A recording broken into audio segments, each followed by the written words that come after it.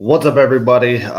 It's been a long time since I've actually done one of these, but it's fucking elated to be back.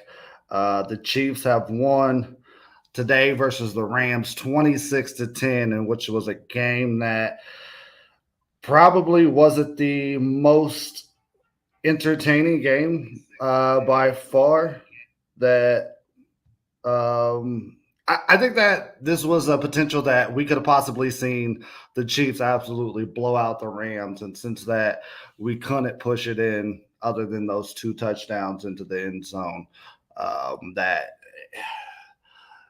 a lot of Chiefs fans weren't happy with the kind of how this game went with us not putting ourselves in a position to score more than we did, to kicking four field goals, to honestly, for me, it comes down to like we're so damn spoiled, and it's such a beautiful thing as a Chiefs fan how spoiled we are.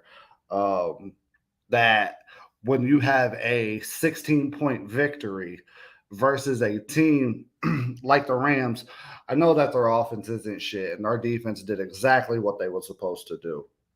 Now, their defense is still a legit defense. From you still have from Donald to Floyd to Ramsey. You still have all three layers. Um, that is a legit. Sorry, I'm trying to do some shit when it comes to social media here.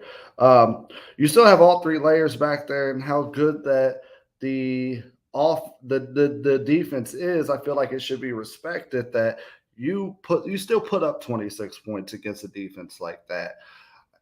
We're underestimating how efficient we was. I know once we got down into the red zone, it probably wasn't the prettiest, but it's also one of those things where you're going to have those weeks. The positive that I take out of it, now you're seeing Butker hit those field goals when he was struggling through. So now are we to the point now with okay, there we go. With Butker that all right, he's back in the he's back in the to being as consistent as he is. We know he has those random short field goals that he misses, and that is a problem for everybody. But it's one of those things where it's a 16-point victory. So there's really not too much to complain about. The only thing that could really be a complaint, which I am 100% in agreement with people, is the Sky Moore thing. Why is Sky Moore back there? And so to put it in my perspective, before that first punt was kicked, that they put Sky Moore back there, and I was like, not a huge fan, but I get it. I mean, you got McCole out, and you got Kadarius Toney out, and obviously those are the 1-2 because we've tried the Sky Train thing for a little bit, and it has not been successful. And I think this was Andy's last, like, hey, we're going to give you one last shot at a go.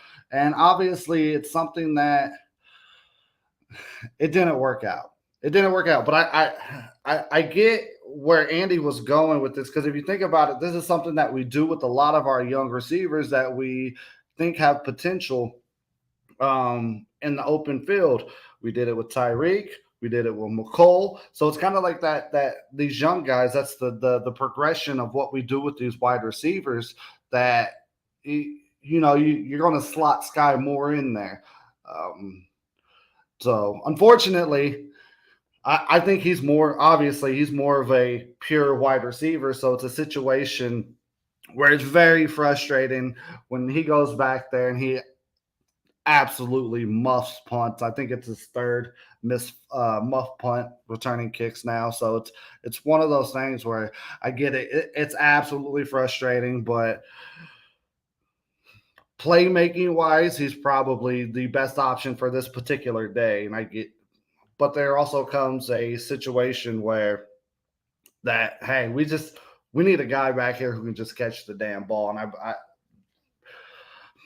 after the second after the couple troubles, because even when Moore hasn't muff punts, those times where it's just kind of looked a little too uncomfortable with him even just returning or catching punts, that it's like, you know what, just give me a guy back there who's going to catch it. Maybe he's not going to bust one open, but shit, he'll fair catch the ball, catch it. Give me the opportunity to put Pat on the field. As soon as you take away that opportunity, it's a missed opportunity for us to score. Do I think we have a special teams problem? Man, I would say our special teams is struggling. Yes, yeah. You would have to, but I don't think it's something that's too egregious that cannot be fixed. Or, so I've had this conversation with people when it comes to like Dave Tope, the whole Dave Tope thing.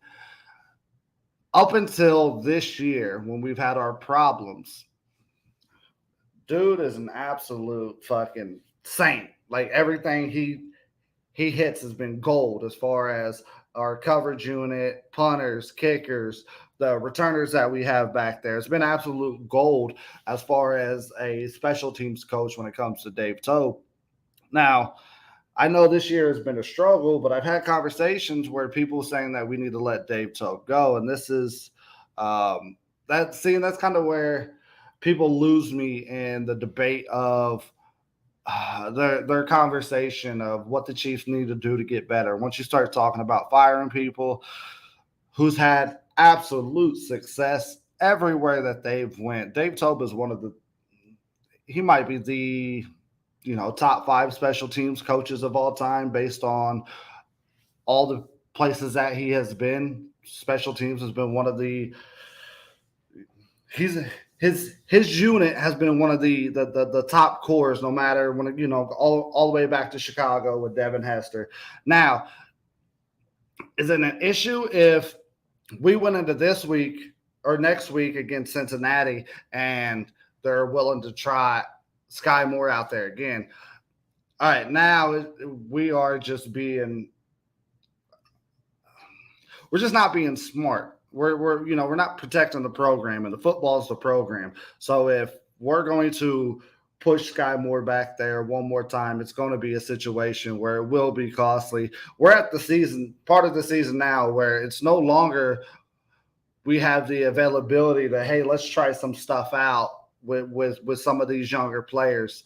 Now we're in go time. We need to put ourselves in a position to we're setting up for the playoffs essentially. Whenever you're playing, what happened today could cost us in the future. So if you're playing a team that has an actual offense instead of us playing the Rams quarterback who is mostly just an athlete on the field, and if it might not get another start, and if he does, we'll see. Great story, but it's one of those things. They were trying to do everything that they could not to pass the ball. Kind of same thing with like Malik Willis, but I think Malik Willis had a little bit more talent with his arm. So for those of you watching, if you want to get on here, go ahead and comment, and I'll be more than happy to holler at whatever you want to talk about. So in situations like that, we have to protect ourselves because we've seen kind of what happened last year in that Cincinnati game. We can't afford to have these particular mistakes, like to push us into the Super Bowl, because honestly, we're with Pat every year. It's kind of Super Bowl or bust. Anything less, it's not good enough. It's great to root for, but we're obviously in a window with a quarterback. Granted, this window might be expanded with how young he is. We're in a window with the quarterback with this particular unit that we need to put ourselves in a position and put these players in a position that ensures that Pat is the one who has the opportunity to go out here and win these games and not be a detriment as far as having that one unit in special teams. Now, the fake punt, I think that was kind of a thing where like this team is so desperate where you're kind of looking for that. You kind of give Tobe a check on like, hey man, you kind of should have had a heads up on a guy like this or a team like this who's who can't move the ball at all. They're not a great running team. They're one of the worst running teams in the league. Um, I believe they might be the worst or Tampa Bay. I'm not exactly sure. So you knew that was going to happen, and maybe they should have been more prepared for that. Um, Especially with that where we was at on the field, the the the 4th and 5, I believe it was. So was that on toe to not set us up in a situation formation wise to ensure that hey, if this guy passes it, we're ready to go all the way around. So that you can get. Other than that, those two things are kind of the biggest worries that I had coming out of today. We still put up 26 points. A lot of teams can't put up 26 points in the game. The Packers just put up 30 points, and that's been, I believe, their highest score all season. They're averaging 20 points a game. So, yeah, and we're a 30 point, roughly a 30 point per game team. So we're right around that mark.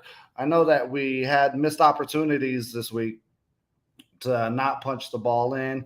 And I know that a lot of people are going to be saying that, the trick plays, the goofy shit that Andy does, just the reverses. The problem with that is at the same time that people hate on that, it's also a situation where people also, if that's they don't hate the process of it. They hate the fucking result because if it happened to work out, oh, that would have been the biggest deal. Oh my God, Andy's a genius. Eric Bieniemy, he's a genius. The Chiefs come up with this. They're so creative down at the goal line, and so it's one of those things. People either you have to appreciate the process as much as you do the result. You can't do one without the other. You can't enjoy the trick plays only when they're successful. So it's one of those things like, hey, and also it's an acceptance. Hey, this is the identity of our team. This is kind of what Andy does. You have that Rose Bowl play in the Super Bowl, and everybody thought it was absolutely amazing just to get a first down. So for me, it's like you can't kind of pick and choose sides on what you want. Now, I'm more of I'd rather just push this. We have the offensive line, especially. Let's just push this down their fucking throat. Let's just push this down their throat. But the problem with that is we haven't been the most successful at that around in Andy Reid's tenure. So I think that because of those situations, Andy puts ourselves in a situation to where we go away from that, and he tries to do some other things as far as creativity wise to actually score. And because if you notice, it's kind of with like the 5 yards to go, if we got within 5, 5, 4, 3, we hardly rush the ball as far as like, hey, we're just going to out bully you. We're going to do something that a lot of teams don't, as far as traditional goal line to go. That's just not our identity, and I'm okay with that. Now, is that what I prefer? Absolutely not. I prefer us being able to punch the ball in. Now that we have Isaiah Pacheco, we have that running back to do it. But I think Andy leans away from that because we haven't had that success, and we've been stuffed so many times at the goal line. But as far Patrick Mahomes, 27 of 42 for 320 yards, a touchdown, and an interception. And that interception, that might have been one of the dumbest decisions I've ever seen Patrick Mahomes make. And it's one of those things I can't get too mad about because every player deserves that type of mulligan, especially when you're that superstar type of player. You deserve that kind of mulligan because you do all this shit well so many times that you deserve every once in a while to fuck up. Like he's human, so he's going to put himself in a position to, especially with how good he is, he's going to take those chances and he's going to make a knuckleheaded play from time to time. So I don't hold that against him at all. So it's just, hey, let's not do it now, but you'll take that few and far between type of instances. Really, the last time that you could think about something that happened like that was against Buffalo, which cost us the game. But he's that type of player who's going to he's going to try to make the play. He's not going to sit back and it's what superstar players do. They try to they try to will their team to win, and sometimes that superhero shit will get you absolutely killed in the end because we've seen it to where when he tries to do everything, unfortunately, not everybody else is going along the ride with them. So one of the major things that I loved, absolutely loved today, and was that seeing Pacheco get over 20 carries wasn't the most efficient as far as yards per carry. He only averaged 3 yards per carry on 22 carries for 69 yards. But the consistency, run the ball, have that threat. Like what I don't think that we do is enough play action passing. So we have to have that threat that, hey, we're going to have to run the ball. You can't have these linebackers 7 yards back just playing the pass every single time.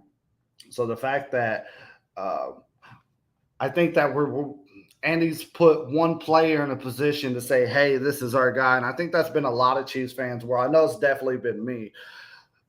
Like, you can't run 4 running backs and give each guy 5 carries, 6 carries. No guy has the availability to actually get into the fluidity of the game or kind of catch fire because you're asking this guy with these limited chances to absolutely blow up.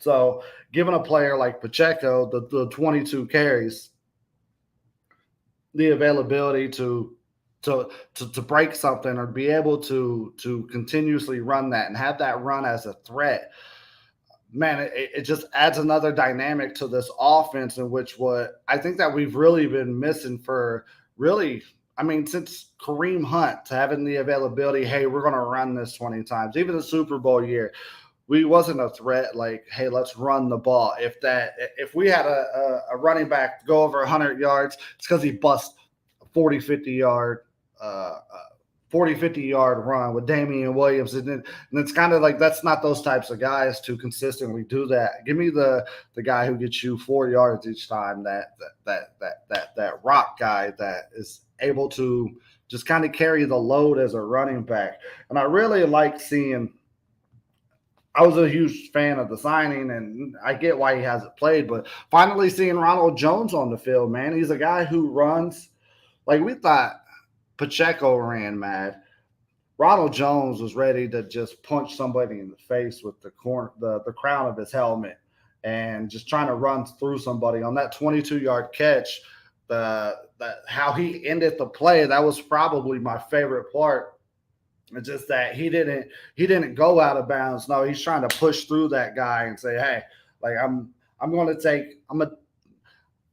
take all of me to him and kind of see who made the best man win. So it's one of those things where maybe can he potentially put himself in a situation to where he's the guy who's the third running back. Like, I don't know what Clyde is, if he's out for this whole season. I don't believe that's the case. With these new IR rules, I know these guys are 4 weeks, at least 4 weeks, 4 to 6 weeks, something like that. But I was saying before the season, Ronald Jones could have been a guy who potentially could be the starting running back.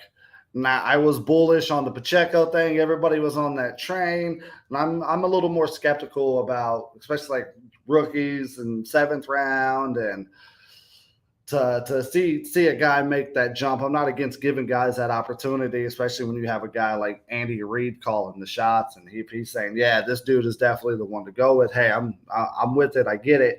But I wasn't completely on that train. I was more on the Ronald Jones train. I seen what he did that Super Bowl year. I know that they added LeGarrette Blount, and that added a dynamic to the Bucs that made them dangerous, and Fournette went off in the playoffs.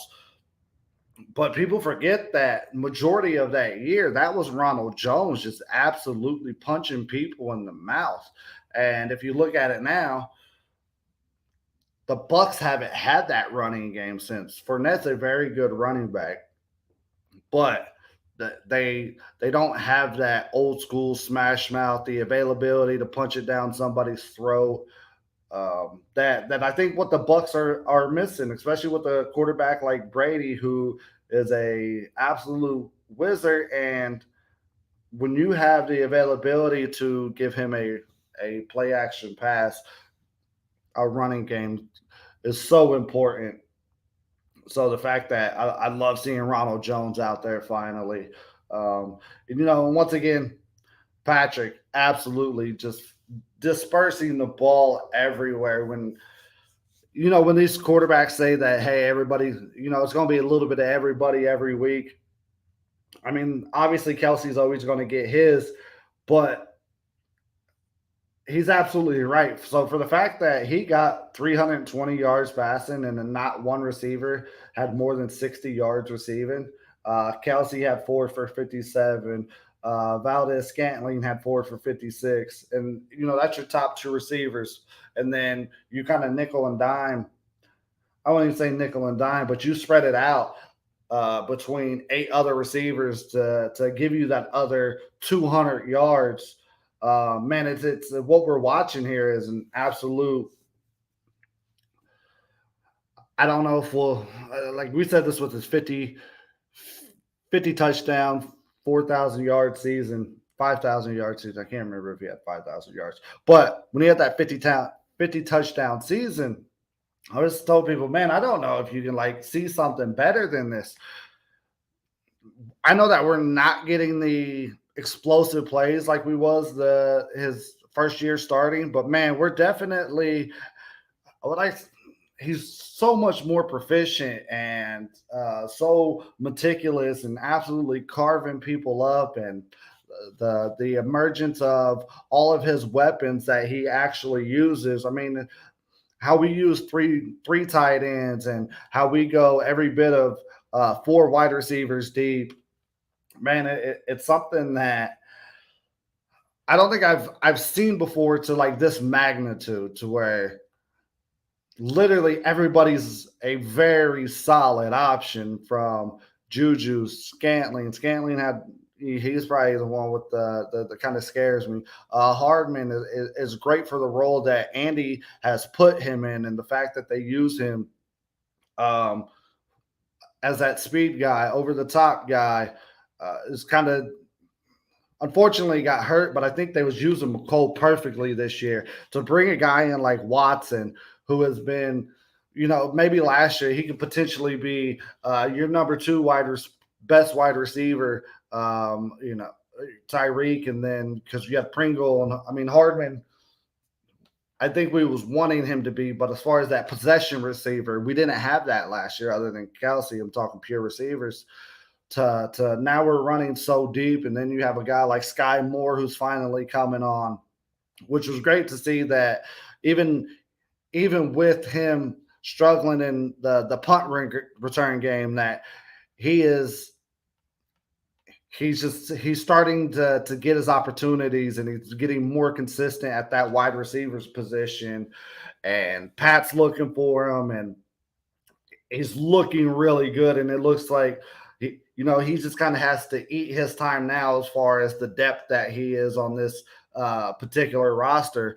But man, I think going forward, going to be, I don't want to say a superstar, but an absolute asset to this team going forward. That potential 1,000 yard wide receiver, but the part that we was missing ever since like Sammy Watkins is gone, to kind of be that over the shoulder guy, behind the shoulder, not over the shoulder, uh,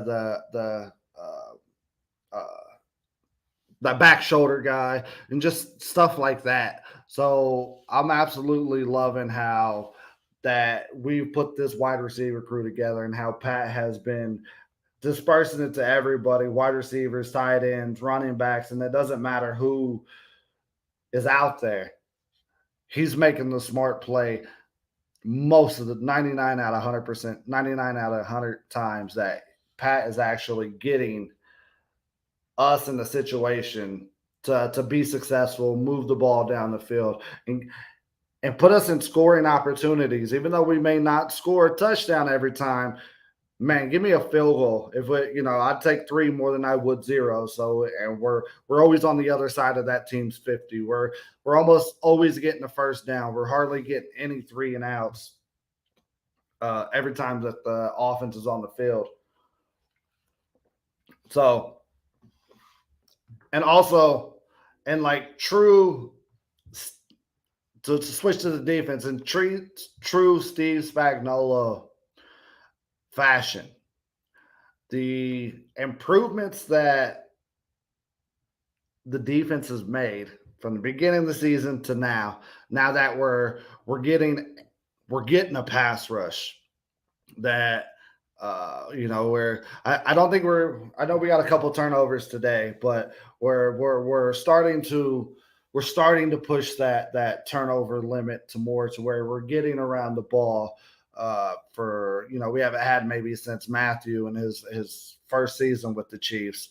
We're putting ourselves in a position to be successful. Frank Clark coming on and being maybe not the absolute monster that we signed him up to be, but if you have to reassess your opinion on what you think Frank Clark should be now, because what we brought him in, like, that's not the same role no more, and that's okay. That's why you restructure a guy like him. But you're deeper at that. You're deeper at the line now with Jones, Clark, Dunlap, Karloftis. I mean, and then Kalen Saunders. And we're just the depth that we have pulled, and that was kind of one of my biggest things kind of going into the season was defensive line, mainly defensive tackle, and we seem to be able to substitute what we had going in with it. So Naughty being in there as well. Yeah, so it's just Stallworth is another guy who is a rotational guy. Just the fact that, because that was one of my biggest concerns going into the season, was we signed Dunlap and then we re-signed Clark. It's just kind of like, oh man, that might not be enough, because stopping the run's kind of always one of the biggest things that I worry about. And we've had our struggles here and there, but it's sometimes it's been against great running backs and great running teams, and great running teams are going to get theirs eventually, especially if they keep plugging away at it. So it put us in a situation. I was nervous, but man, it's really starting to work out with as far as the rotation, especially when you have Karloftis, Jones, Cook came on. He got in on the sack today, but just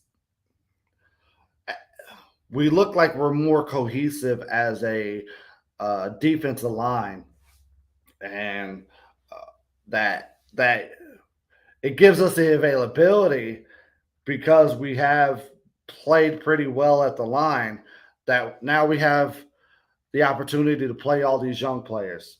So you still have a guy like Snead out there, but you have rookies pretty much everywhere around him besides Thornhill.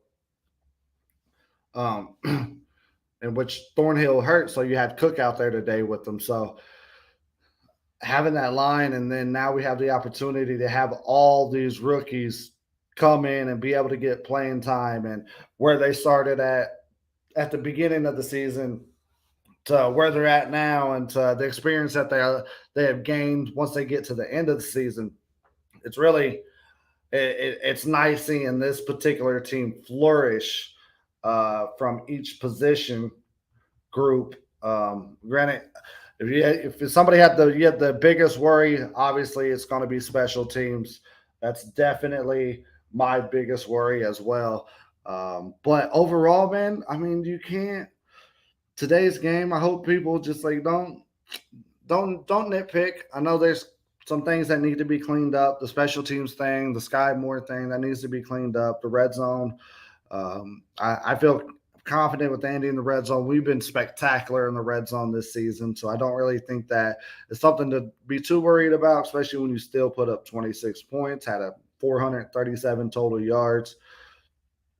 Yeah, 29 first downs, 5 of 11 on third down, 72 total plays, no sacks, one punt. So, yeah, kept penalties down. Obviously, you want to keep the turnovers a little bit better because we had one interception thrown and one fumble, which both of those were absolutely egregious. But overall, I mean, I really don't have too much to say because it's kind of how this game should have went.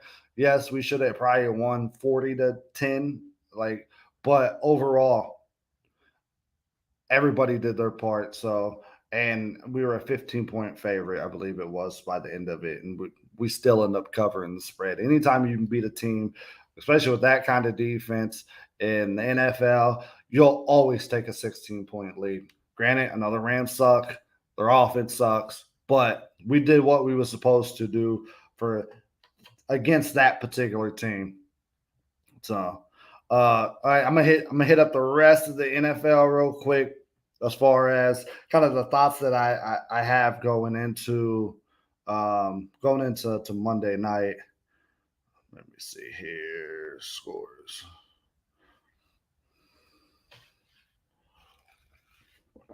All right.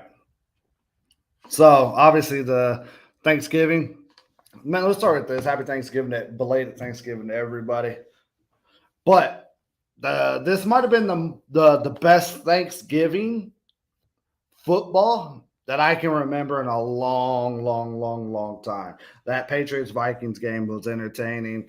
Bills Lions game was absolutely entertaining. Giants Cowboys, also a game that you saw the Giants kind of giving them fits. So, far as football and Thanksgiving, this might have been one of the best years from the morning game all the way to the night game that I can remember. To where like I just want to sit here and watch football all day because most of it was entertaining. So, uh, Browns beating the Bucks, crazy. Bucks on a fucking landslide. What happens to Brady? Does Brady go in a situation to where, you know, with his situation, with the whole divorce thing, and like that shit's tough. Like I'll never root for anybody who's going through real life problems. But like, does that coincide with him actually having to? Did he do that to come back, or was that the reason he came back, or what the fuck's the deal with that? But to see the struggles that the Bucks are having, crazy, and to see the Browns get a victory over the Bucks. Now uh, they have Watson coming back next week, and the Browns ain't out of it. So, granted, I don't think they're going to make a run or anything, but they're 4-7. You get Watson back. If Watson's anything of what he was before when he was with the Houston Texans, and then you got a guy like Chubb behind him, that's a situation where, hey, you're going to have to look out for the Browns. Maybe not. Maybe they won't be a playoff team, but they might fuck up some seedings for the rest of the NFL going forward. So it could change the dynamic. That they might change the NFL season just based on if they can get a guy in, if they can get Watson in, and they're playing well. They might be able to upset some people. Do I think they can run the table? Absolutely not. But I think that it isn't that. Hey, almost a guarantee win. I guarantee even the Bucks probably went into that. Like, all right, we definitely can get that. Bengals Titans. Oh man, that was a tough game. Like the Titans just drag everybody down into playing their game, no matter what it is. Like whoever the Titans play, they make sure that they play their game. I mean, you could even say that, especially when the Chiefs were playing them and they had Malik Willis, that they drag you down and you play their type of game. To see the Bengals end up taking that, that's a big victory, especially without them having Chase. And it's kind of like that the Tyreek Mahomes effect, that now you take this guy out of here. Maybe you don't give this guy a choice to constantly look for that guy no matter what. So when Chase comes back in, is he able to integrate that and Burrow be just as efficient, being able to hit, T. Higgins and Boyd, and it's one of those things. But Chase is an absolute monster, and it's kind of like last year. Bengals are on the rise, so it's definitely a team that we have to worry about, which should be an absolutely great game going into next week.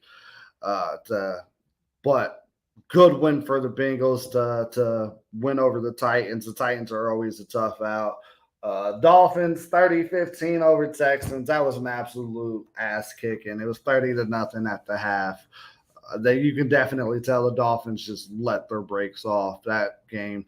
Tua's been magnificent. That combo of Waddle and Hill, man, and you can't forget about Gesicki, and now you have Wilson in with the Dolphins now from the Niners. It's a situation, man. The Dolphins are Mike McDaniels. He got them rolling. Like they're definitely a threat. They're definitely a threat, and something that people have to worry about.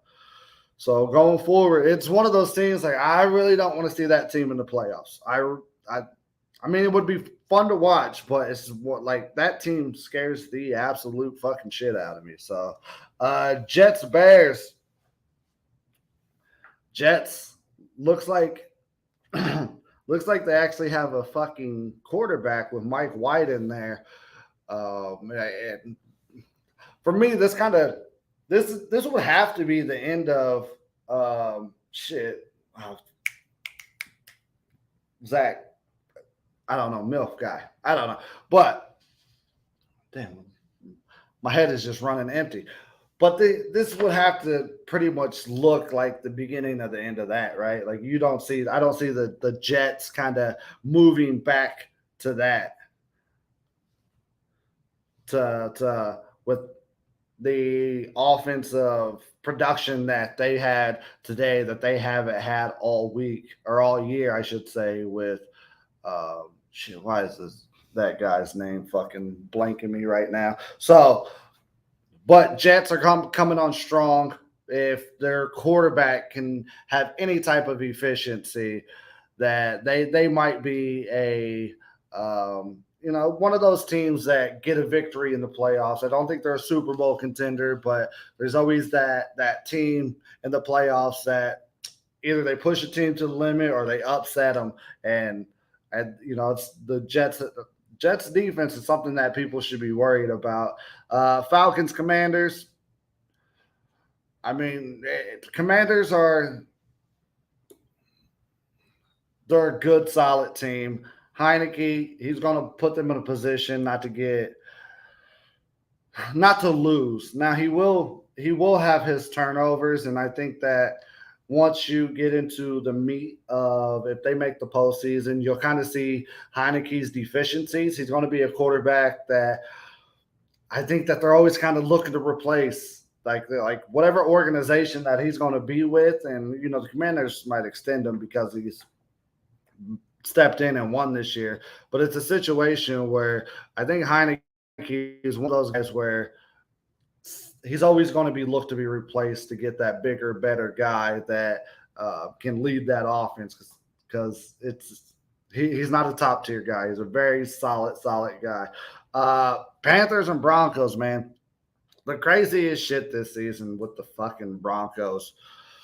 Like, I was one of those guys who I believed in Russ. I was a part of like the let the Russ cook wagon in Seattle. So the fact that he goes to Denver with an offensive coordinator who was coming from Green Bay and how efficient that they was and how good Rodgers has been with him as the OC, that how ineffective that the Broncos are this year, especially with Russ, and then, them letting go of Gordon, which, a solid option going into the season. You're kind of looking at these things, and for them to be absolutely shit horrible and to lose to Sam Darnold and the Panthers in the fashion that they did, I mean, I'm not mad. I hate the fucking Broncos, but I always say this for two teams that it's always nice when they're good because it makes the rivalry better. The Broncos and the Raiders. When those teams are good and the Chiefs play them, it makes the rivalry more exciting.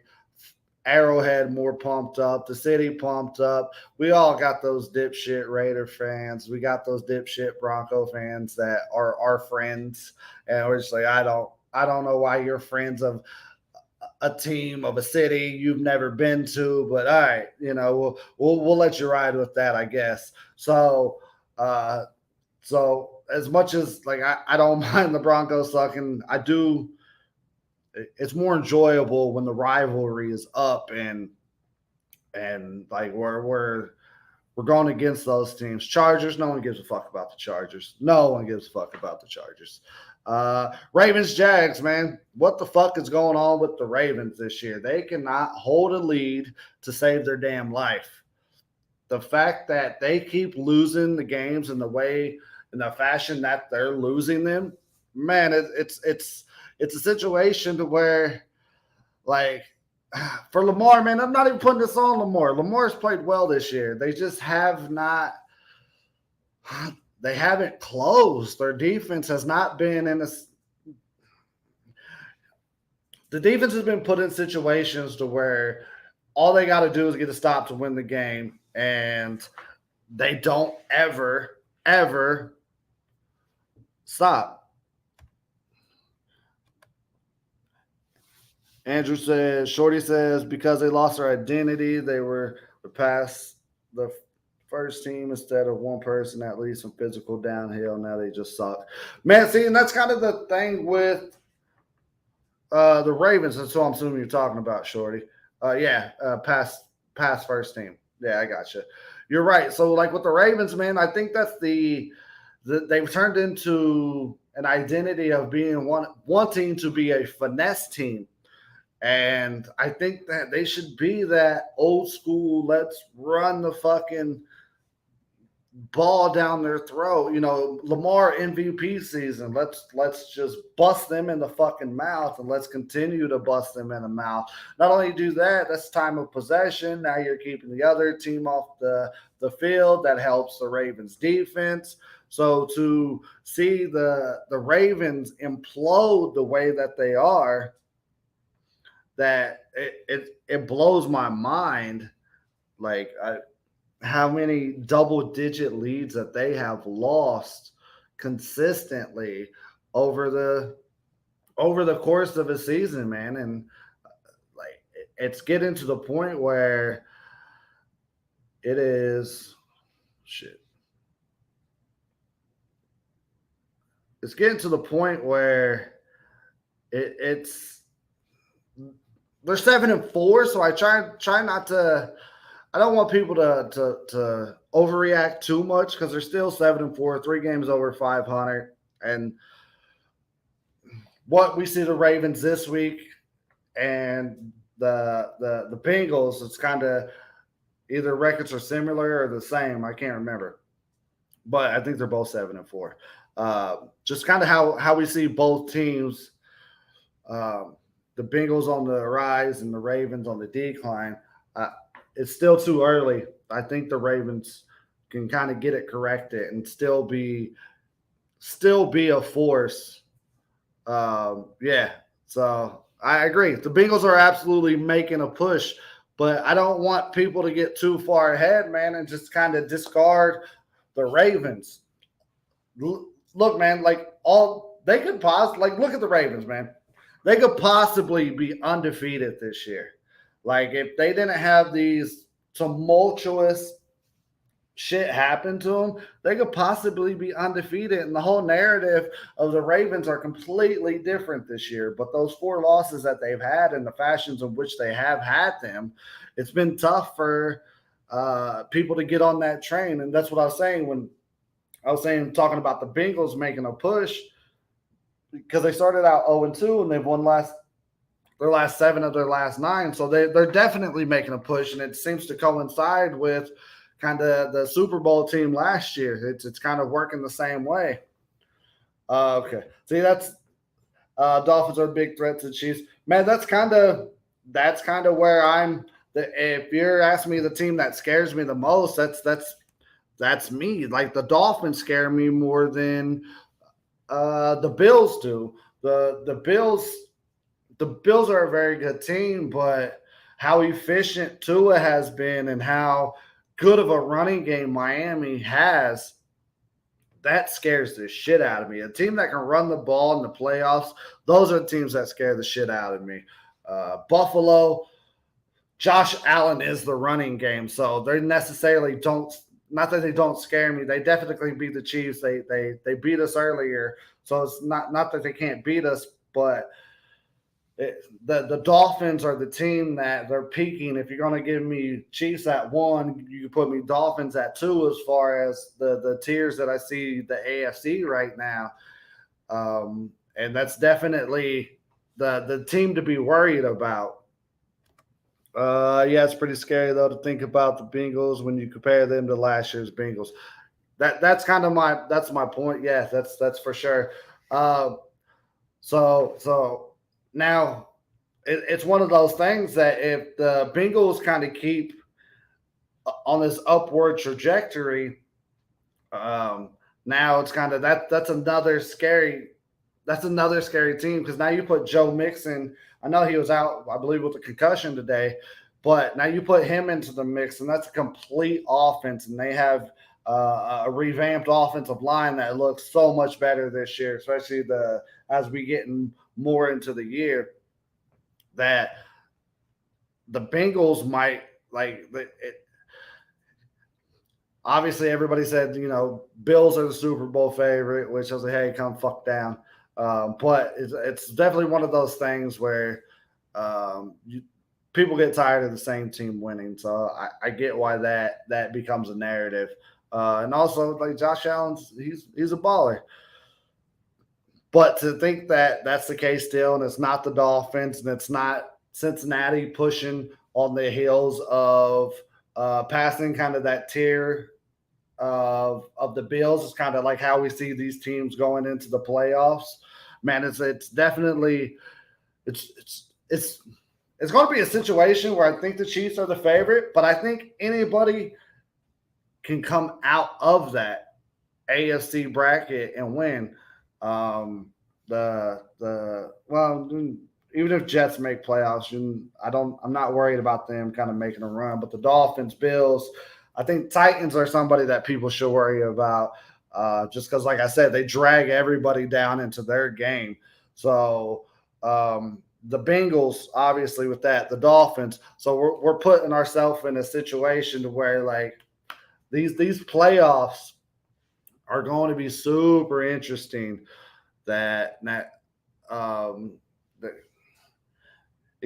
seemed like you'd always have those two quarterbacks really, Manning and fucking um, Brady for the longest time in the AFC, and then the NFC would squirt in there. Everyone would, Rodgers and Breeze and guys like that. But it seems like the best quarterbacks or the top tier quarterbacks.